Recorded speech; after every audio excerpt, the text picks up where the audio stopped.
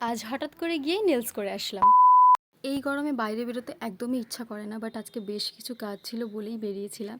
সব কাজ কমপ্লিট করে তাড়াতাড়ি বাড়ি ফিরে আসলাম। বাড়ি এসে দুটো পার্সেল রিসিভ করলাম। আমার একটাও ব্ল্যাক কালারের জিন্স নেই, তাই একটা ব্ল্যাক কালারের জিন্স অর্ডার করেছিলাম। তারপর স্নান খাওয়া দাওয়া সেরে আমি বেরিয়ে পড়লাম। এইবার জন্মদিনে ভেবেছিলাম নেলস করাবো, বাট অনেক কাজের প্রেশারে আর করানো হয়নি, তাই ভাবলাম নেলসটা করিয়েই আসি।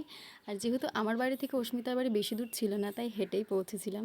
আমি তো গিয়ে দেখি ওর মোটামুটি সেট আপ সব রেডি, আর গিয়েই তো আমরা অনেক গল্প করতে করতে কাজ শুরু করলাম। আমি প্রথমেই বলে দিয়েছিলাম বেশি বাফ করা যাবে না, কিউটিক্যাল কাটা যাবে না, তো ও সবটা মাথায় রেখেই নেলসটা করছিল।